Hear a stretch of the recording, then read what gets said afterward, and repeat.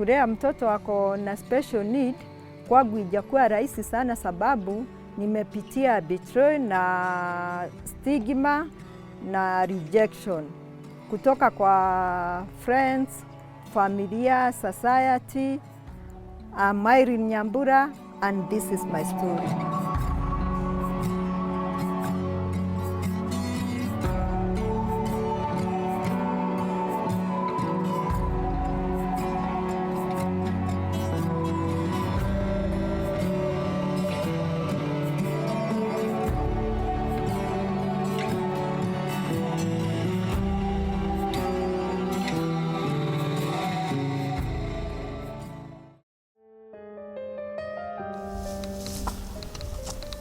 Irene Nyambura, a mother of two, was fortunate enough to get empowered through education. She moved to the city, skilled and ready to unlock her fortunes. Just before she could cut a niche in the fashion industry, love came calling. Nikaolewa, nikapata mimba saa ikiwa 2 months, nikawa na miguu ilikuwa inafura, mwili inafura. Nikaenda hospitali, nikaambiwa niko na hypertension. Saa hivyo nikapatiwa bed rest.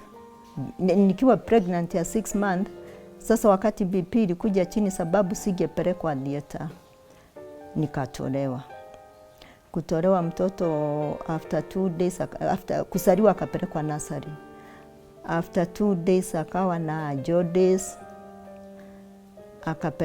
akawekwa kwa photo box. Na alikuwa hawezi nyonya sababu body weight ilikuwa 1 kg 800 grams.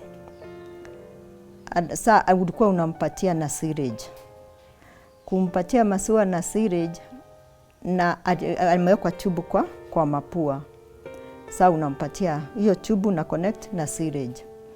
After 4 days hapo ukimpatia maziwa, after 3 hours unajua ndio unarudi kwa nursery kufidi mtoto. Na kama ako na syringe, sio kumnyonyesha, lazima kwanza ufurute hiyo maziwa, uone ile maziwa yote ulimpatia kama haiko imesiagika. So kufuruta, ulikuwa unafuruta iko fresh vile ulimpatia after 3 hours. Tukafanya hivyo for 2 days, daktari akasema hakuna haja ya kupatiwa maziwa. Sasa akawekwa drip sababu hawezi akakaa hivyo. Kuna watoto wazazi wao wamekufa, wamewachwa. Kawaida wakipatiwa KCC walikuwa na diarrhea, unaona wanakufa. Na sababu mimi nilikuwa na maziwa nyingi, sasa nilikuwa nakamua napatia hawa watoto. After 7 days hapo, mtoto ukifuruta tubo ilikuwa inafura. Ukifuruta unatoa blood na clots of blood. Saa daktari baka walikuwa na shida inatoka wapi. Akipigwa x-ray hakuna kitu ilikuwa inaona nini kwa tubo. Saa alikuwa anaoshwa every morning, anawekwa na syringe hiyo tube. Anawekwa maji na dawa kwa tubo, inajaa alafu inafurutwa mpaka wakati itawacha kutoa hiyo chafu. Akawa na meningitis, ako na jaundice. Meningitis ina affect brain. Alafu temperature yake ilikuwa inaenda 40, conversion. The world became so cruel for baby Anthony, subjecting Irene to a lot of emotional torture. The hope of seeing her baby fight through kept her afloat despite the adversities. Alikuwa 1 kg 800 grams. Alireduce akakuja 9 grams. Akakaa ndio sasa daktari akasema sasa mnaweza enda nyumbani. Wakati temperature ilianza kukuja 38. Sasa wakaona at least yako, na alikuwa saa yote yako kwa oxygen sababu breathing yake ilikuwa na shida. With a fragile infant, Irene was so elated to be discharged. She left the hospital for the first time in 3 months, oblivious of what was to befall her. Nilipata nimewekewa bucket hapo na nguo za mtoto na nguo zangu, nyumba imefungwa. Niko na mtoto, nimetoka hospitali.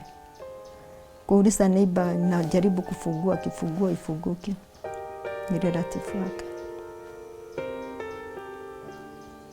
Ilibidi nitafute pahali ya kulala na mtoto. Siwezi enda Murang'a. Watu wanaongea huyo mtoto sijui ilikuwa nini. Wengine wanasema ni abortion, mtu alikuwa anafanya relative. Mwingine sio kama mtoto. Nilikaa 4 days. Tukarudi kwa ward. Na by that time ward Kenyatta mlikuwa watoto hata kama wako 20 ni mesa. Wewe unawekelea mtoto wako kwa mesa, unapatiwa stool. Ako kwa drip, ako kwa oxygen. Hata mkae 1 month, wewe utakuwa una hiyo stool ndio kitanda yako ndio nini, nashikilia mtoto wako. So ile bahati nilikuwaga nayo, kuna my sister alikuwa medical school. Saa huyo ndiye alikuwa anakuja usiku wakati hayuko class, ananikalia na mtoto na lala. Nilikuwa nikienda hospitali hakuna mtu anakuja kuniona. Wamechoka. Hospital visits became frequent as Tony's delicate body was unable to withstand any health triggers. In one of the visits, the doctors report threw Irene into a well of despair. Daktari wengi nilikuwa nawajua. Sasa wakati ilikuwa kitu midnight hivi, na huyo mtoto alikuwa ameletwa hiyo siku. Alikuwa mtoto strong, mtoto very healthy. Wakati alikuja, huyo mtoto alipasa hiyo usiku. Daktari, mimi nilikuwa kwa corridor nikienda. Nilikuwa naenda washroom. Akaniambia, at long last.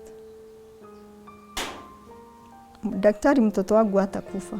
Na sio wangu amekufa. Nilisikia niko bitter sana. Because kwa nini uja confirm ni wangu na umeniuliza kwa corridor? Hiyo ili ni hard sana. Na nikaona pali nimetoka, nimepita mingi na nimetembea na huyu mtoto mbali sana. Sasa kuulizwa wako ndiye atakuwa mtoto amekufa. Na kawaida hata wa leo mimi ukumbusha Mungu. Unaona ile masiwa nilikuwa napatia wale watoto. Mtoto wangu hatawahi kufa. Her faith in God became her anchor in life as she accepted her new normal. Na clinic nilikuwa naenda Monday, Tuesday, Wednesday na Thursday. So Friday ndio nilikuwa napumzika. Florence Nyambura is an occupational therapist. She started the recovery journey with Tony from a tender age. Anthony Karanja was brought to us at the age of 4 months because they had challenges even from the point of birth.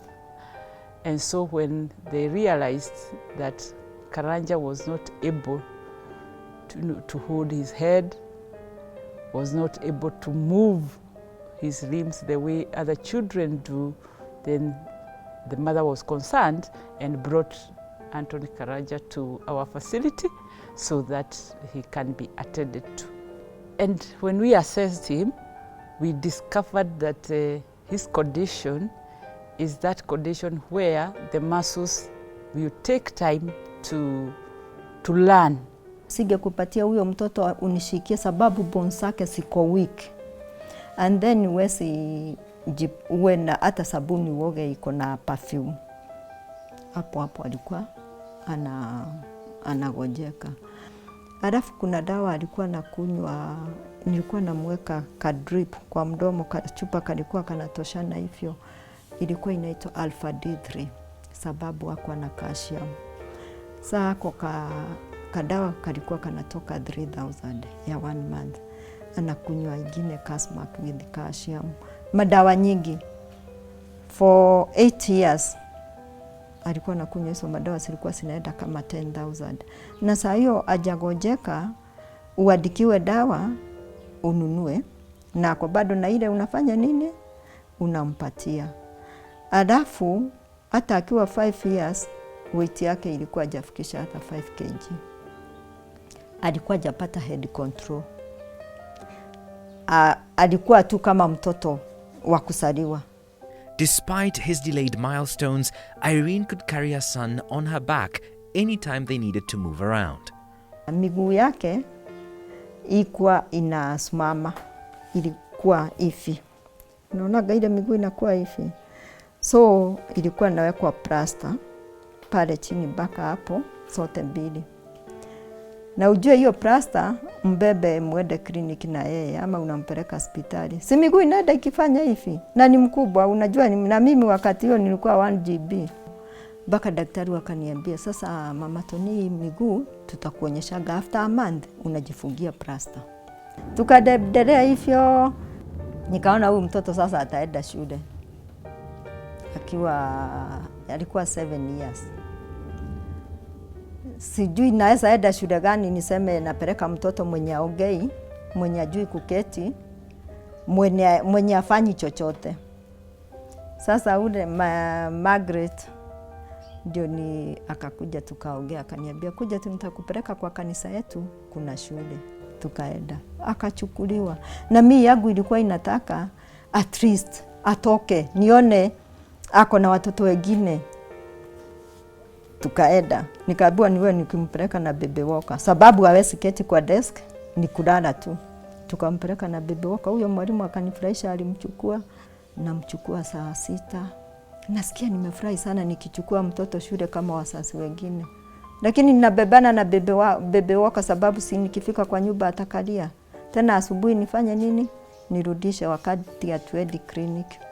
Wakati alifikisha miaka 8 ndio sasa alianza kutembea. Lakini sio kutembea ana balance. Lakini at least unamshikilia, mnafanya nini? Mnatembea. That period when we saw Karanja, we gave him the best that we could. And we were happy that the mother also gave him the best. And we encouraged the mother that despite Karanja not being able to achieve as much as we expect or as much as we envision as she envisions as a mother, it is important to continue supporting him. And so for the long period that we stayed with him, we were happy with the progress considering the severity of the problem that Karanja was going through. Irene's love for her son surprised many, as this made it easier for the society to accept him. Rose reminisces of the good times she had with Tony anytime she stood in for his mother. Mama Tony lazima aende akatafute. Sasa Tony amekuwa tu, ni mtoto tu, ni mtoto tu. Ananiletea kwangu, nilikuwa na salon. Naye alikuwa tunaishi tu somewhere tu, not far from our place. Namwambia nieshe mtoto kidogo, ukimbia wapi? Isili. Anakimbia. Mtoto hana shida, ako sawa, na uweze kumlisha kwa sababu kila kitu iko sawa. Hata hakuwa anasumbua, lakini ujue sana ni mtoto mwenye ako na hizo, amewekwa hizo mabandage kwa miguu yake. Lakini sasa vile alikuwa anakupatia mtoto, anakuelezea vile mtakaa na yeye. Najua hakuwa anasumbua. Juu sasa unajua amekuwa sasa friendly. Anapenda watu lakini vile haongei. Hakuna kitu anafanya lakini anapenda watu. So ulikuwa tu unampenda tu kwa vile mama yake ndiye anakufanya upende mtoto. Unajua kama mama anamshukia na ni mtu msafi, he was very clean. Anamuosha kwanza vile nguo anapalisha mpaka unampenda. Parenting a child with a special need has not been a walk in the park for Irene, and she had to accept her predicament in order to maintain a healthy perspective. Sikuwahi kwa mtu kumwambie tulipie pesa hospitali, tununulie dawa, tufanyie nini. Saa mimi nilijifunza hivi sababu niliona mtu akiwa na shida hakunaga mtu anakumtaka na anampenda. Sio wengi walikuwa nakubali kuitanishwa na Tony. Anamwaga mate, akiongea na sauti. Sio mtoto kama wale wengine, sio wengi. Lakini mimi ile nilisema mtoto ni wangu. Na mtoto hakuna wakati atafanya nini? Atakutoka kuwa wangu na ni wangu na nampenda sana. Na hiyo kupenda Tony na nikaona Tony sio burden kwangu. Hiyo ndio ilifanya nisikiage hakuna mzigo niko nayo. Mimi sijawahi sikia mzigo yake. But it wasn't like this from the beginning. Ni challenge sababu uwezi fanya, unaona kama sasa vile unaenjoy ati Christmas imefika mnaenda, mimi singeenda pale, ati kuna wedding siwezi enda. Because hata kazi yangu siwezi fanya sababu mtoto amegojeka, mtoto una mtu wa kuachia. House girl, nilikuwa nikiandika house girl, akiona mtoto mkubwa pupu kwa napi, na obvious mtoto mkubwa unajua nini yake ina smell. Kuna msichana nilipata amemfugia kwa mosquito net, kwa kitanda amemfuga hivi. Despite the fact that Tony enrolled to school late, he had a typical upbringing where childhood challenges were inevitable. Akiwa special unit, my father akagonjeka. Na mimi my father ndio nilikuwa napeleka hosi. Kumpeleka akapotelea Kencom. Wakati wa Kenya bus anatokea mlangoni na hii akatokea mbele, mimi nikatokea nyuma, sikumpata. Tukamtafuta, nikaenda nikaita my sisters, tukamtafuta, tukumpata. Kufika nyumbani, Tony amepotea. Tulitafuta Tony Kayole usiku mzima, tukumpata. The following day tukupata Tony. Elewa. Tony akaitwa na vijana wengine, wale wanamjua, wakapanda gari. Kaguda Road ndio ilikuwa inatengenezwa. Sasa Tony anajua nini? Wakashuka kwao. Tony alipelekwa mpaka Ukabani. Akaenda. Makaga naye wanamuitisha, mtoto hajui kuongea, wakamrusha nje. Tony sasa mwenye alimsave sasa ndiye alikuja kutuambia. Alikuwa naenda town, kwake ni Tara. Alikuwa naenda town. Alituambia alimuona 3. Akaona huyu mtoto anatembea. Unajua ana balance, alikuwa anatembea hivi. Ako na bag na jacket. Akashindwa, huyu ni nini na ni kwa hakuna manyumba, ni kwa kichaka lakini si ni barabara. Akaenda town. 7:30 akirudi akapata ule mtoto hivi. Akasema, ai, kweli ni kawaida. Akapeleka gari mbele. Akageuka. Aone, unajua kuna mtu uset mtoto ukienda kumsefu na kuhijack. Akarudi tena, ndiye alikuja. Akafungua mlango speed akamwambia ingia. Wakati alisikia hata kuongea ajui. Huyo mzee alikuwa ananiambia, mimi nilisikia nimeuchungu sana. Kama ningejua wakati nilimuona ya kwanza nikienda town, ningesefu huyo mtoto. Miguu imefura, anamwambia hakuwa anajua kuongea. Akaenda akamnunulia maziwa na keki. Akapelekea bibi yake, akamwambia tumepata mtoto mwingine, ebu osha hiyo miguu yake imefura kutoka saa ile nilimuona. Wakamuosha na maji moto hivyo, mtoto akalala. Akamchukua, akampeleka police station. Akamwambia mtoto tuwezi lala police station na yeye. Asubuhi ukienda job umulete. Wakasema ni 5, umulete hiyo 5. Akapelekwa.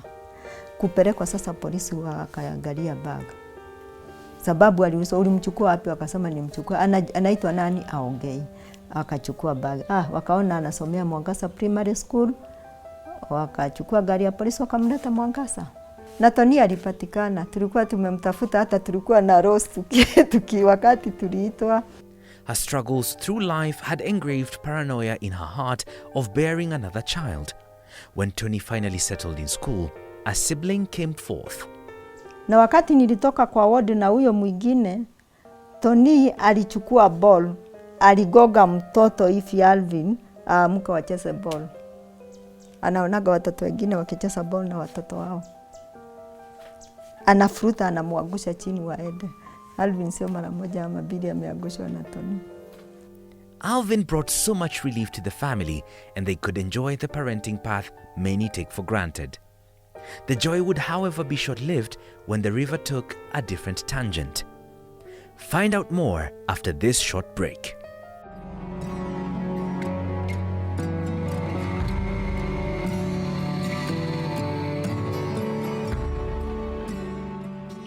FamilyNews.Today provides an escape room from the clutter through our podcasts, from church escapades get disappointed with God, and I think it's a misplaced anger, to daily devotionals. The beauty about God's love is that it was focused on all that God had. To financial and life tips, bedtime stories for your child. All these and much more available just for you on FamilyNews.Today, on Spotify, Google Podcast, and SoundCloud. Insights at your fingertips.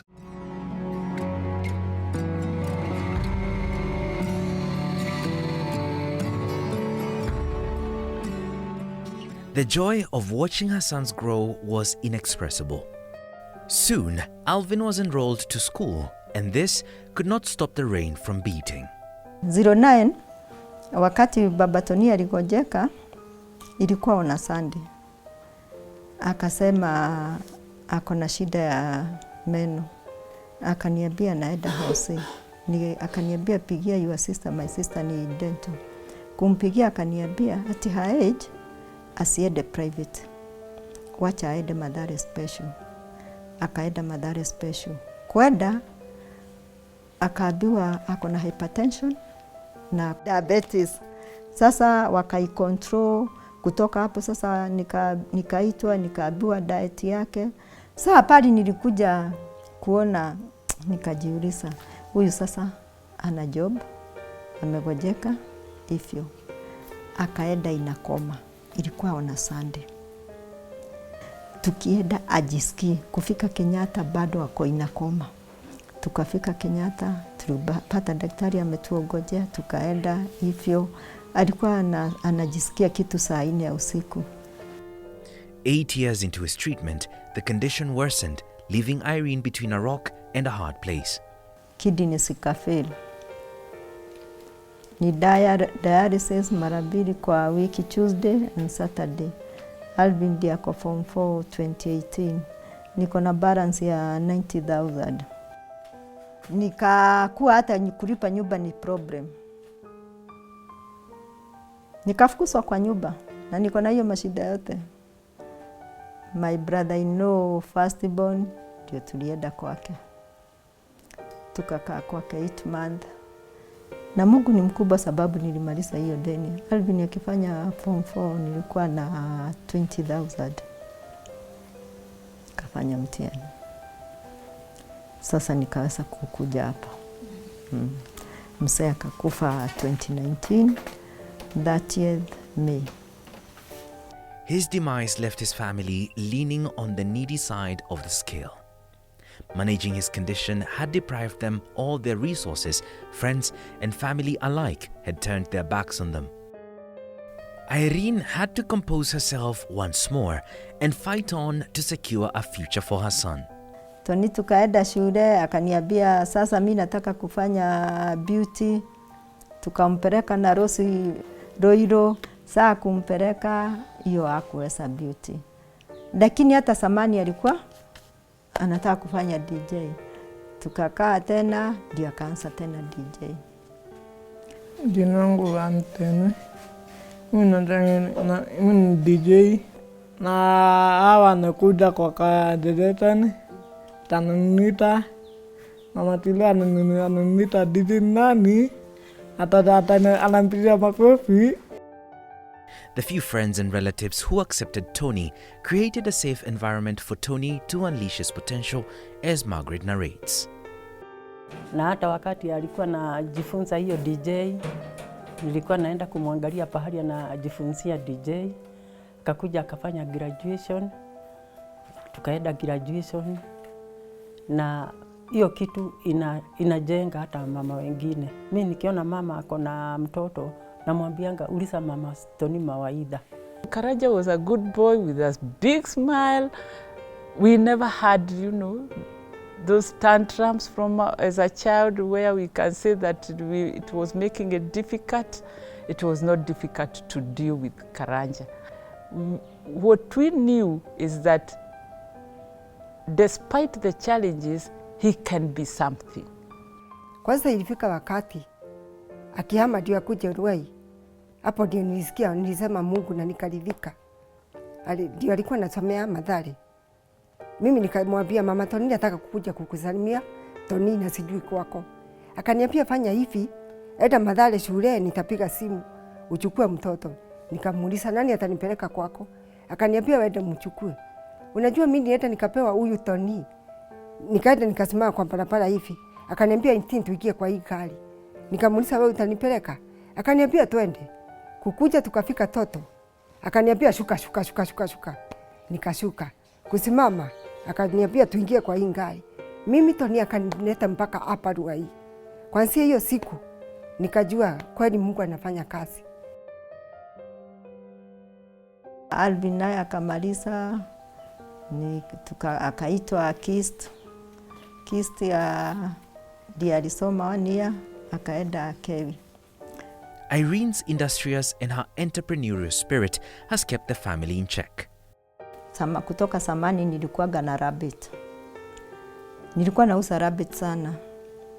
Na mimi nashona, hiyo ndio career yangu. Sasa mimi usurvive hivyo. Sasa rabbit ikaisha, sasa nimebaki tu na kushona, natengeneza sabuni.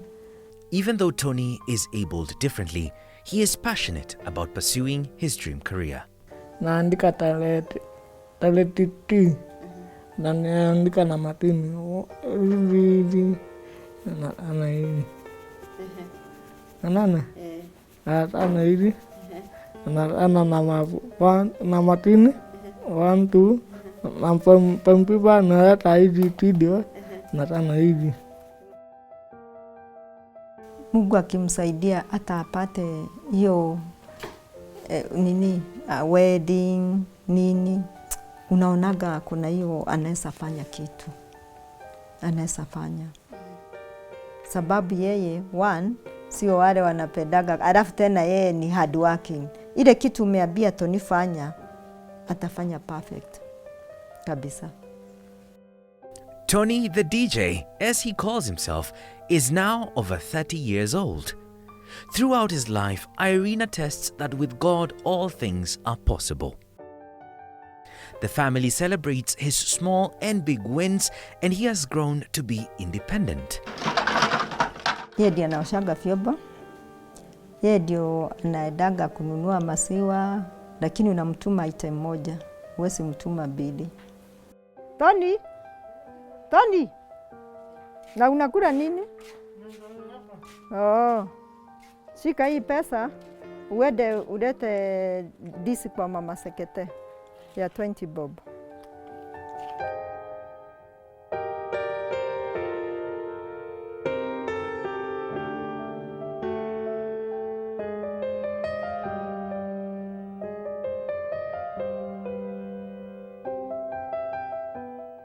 Hakunanga challenges kama umefanya DJ beauty, tunaweza cheza naye, tunawatch programs zingine naye pia. It is said that a mother's love is the fuel that enables a human being do the impossible. Irene's unspeakable love to her son helped her overcome rejection and the negative stereotype from friends, family, and society at large. Born at 6 months of pregnancy, Tony is a true definition of a walking miracle. Birth complications left permanent marks on his body that reminds his mother of the saving grace of our Lord Jesus Christ. Huku mnaona sio operation alifanywa, sasa alianziwa hapa. Sababu huko hakuwa anaonekana veins, anawekewa kwa kichwa. Ikiwekwa ikigojeka anaenda kwa ingine. Hii na hii ikagojeka ikakuwa deep sana. Alafu sasa ikakuja hivi, hapo ikigojeka anawekwa hivyo. Sababu alikaa na drip for 2 months. Sababu ya kukaa na oxygen sana, sasa alibaki akiwa hivyo, lakini daktari akaniambia ana shida. And to any parent whose bundle of joy came packaged differently, pari ya kwanza ile unaweza enda na mtoto na usiambiwe toka ni church. Enda na huyo mtoto church, afanye noise ile atafanya, watu wakose kusikia. Ya Sunday ya pili hivyo. After hapo watu wataanza kumpenda. Hata mkipatana, ule mtoto wako aje, mtoto wako wako aje, unasikia mzuri. Sababu kuna mtu unasikia anajali huyo mtoto. Kwa hivyo mi huambia mtu, toka na mtoto, wacha neighbor ajue kuna mtoto, wacha relative ajue kuna mtoto. Uko hapo sababu Mungu amekuweka hapo. Na wewe uko na mtoto mzima, sio wewe ulijipatia huyo mtoto. Kwa hivyo usikawai kushukia yule mtu ameremewa. Usikawai kumshukia. Labda Mungu anatuma wewe umkaribie ndio msaidiane hata kama ni kwa kuongea. Irene is one of the power mothers we recently celebrated on the International Mother's Day. If you have a story you would like to share with us, kindly text us on 20316 or WhatsApp on 0786 316 316 and we will get back to you.